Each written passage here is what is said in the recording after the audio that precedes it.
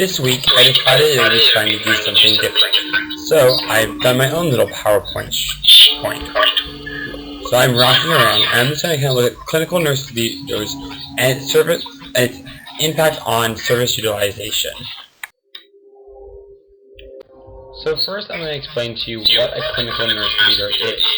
Basically, a clinical nurse leader is a new role that was developed in 2004 by a collaboration from the American Associate College of Nursing, nursing executives and nurse educators that were in leadership roles. And it was their response to the Institute of Medicine's comprehensive report on medical errors, which was titled To Err is Human, Building a Safer Health System, that was published in 1999. Basically, these nurse leaders collaborated and said, we need to address this report. And to do so, they came up with the new title, Clinical Nurse Leader. A clinical nurse leader is a registered nurse that is trained at the master's level, so above a graduate level, and their job is to focus on quality improvement and safety outcomes of patient populations.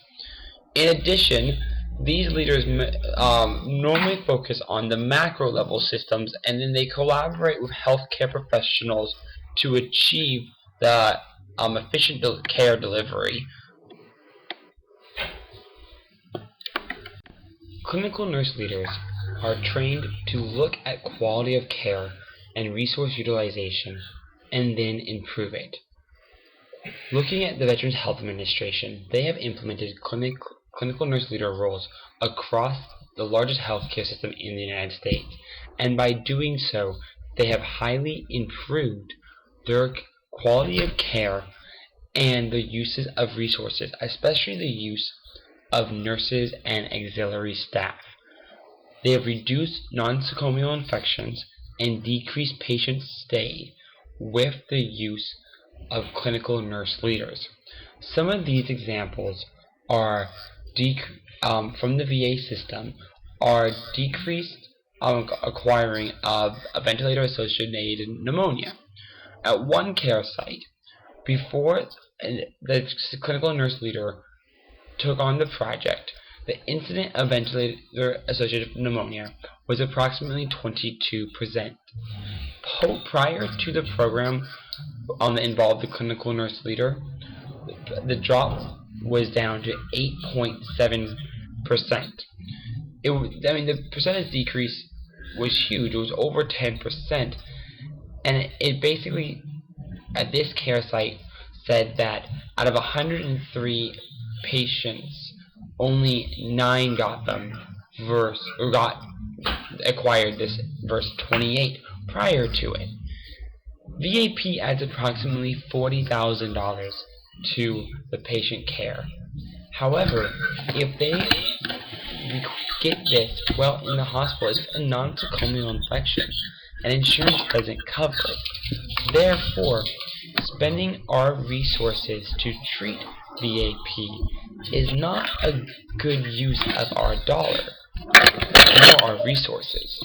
At another care site inside the VA system, clinical nurse leaders attacked how many hours we spent sitting doing one-to-ones with patients who were either mentally altered or medically temporarily altered. At one care site, over 600 hours a week were spent watching patients who had altered mental status. Through their implementation program that did not decrease patient safety, these hours dropped to less than 24 hours a week, and it saved the hospital almost $10,000 a month. Not only is this a cost saving to the hospital, but the auxiliary staff and even sometimes the nurses, LVNs, and CNAs that had to sit through their shift and care for only one patient and watch only one, maybe two patients, instead could be tasked to do other work. This is very much proves that clinical nurse leaders have a major effect on resource utilization. At another care site within the VA, clinical nurse leaders showed at their care site much higher level understanding of discharge instructions. This led to decreased readmissions. Again, if patients understand their education and they are not coming back to the hospital multiple times for unneeded readmissions, or unwarranted readmissions I should say, resources are being spent appropriately, and the ER is less crowded because it's not filled with people who are being readmitted. Outside of the VA, there have been other clinical nurse leaders who have done amazing roles. At Maine Medical Center in Dayton, Ohio, for example, a clinical nurse leader implemented a program and decreased the ICU days by 18%. That was approximately 6 days per patient spent less time in the ICU due to a program that they implemented. At that same hospital, they cared for a program that got more patients, or they spearheaded a program where more patients got the pneumovax vaccination. This led to an 11% increase in vaccinations.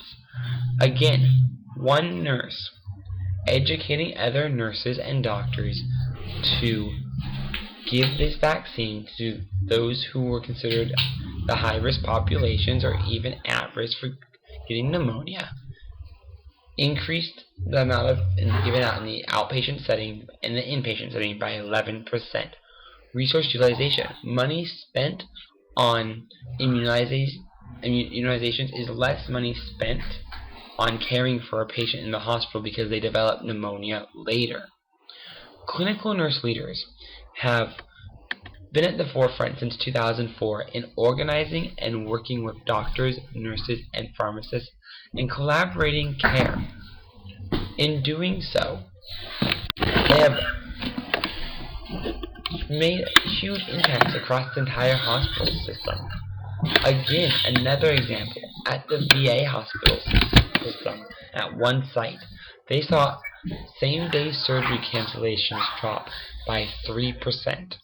This saved that hospital almost $500,000 a year in costs related to setting up surgery and then not actually using the equipment, paying for techs and nurses and monitors and equipment that was never used because of the cancellation. When the clinical nurse leader came in, they looked at the high number of same-day cancellations and the reasons why they were canceled. Over 55% of people who canceled because they didn't understand their pre-surgery instructions, and they would arrive not prepped for surgery or prepped for whatever procedure they were going in under. Oftentimes, when patients were supposed to be NPO, they would have eaten or drank within the last 8 hours. They also found that many patients didn't do prep work properly in the GI clinic, so they couldn't have the scopes that they needed.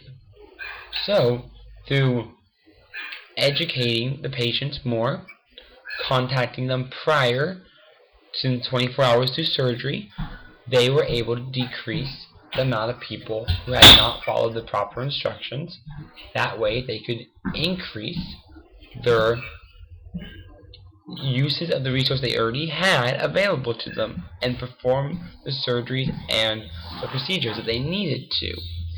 In addition, because appointments are being used when they are supposed to be used, I would say there's also increases not only quality or customer service for the patient, but it also increases service access, because now more appointments are being used other than spots held for patients who couldn't have the surgery done, and then having to reschedule, and then of course have the tumbling effect of having to rebook another spot. Clinical nurse leaders have made a major difference on the Veterans Health Administration care system, which is the largest in the United States. They've also made strides outside of the Veterans Health Administration, for example, at Main Valley Hospital, that I have on this slide as well. As future leaders, we need to recognize that nurses will play a major role in changing how not only care is given, but how we use our resources, how we increase service access, and how overall we provide better care.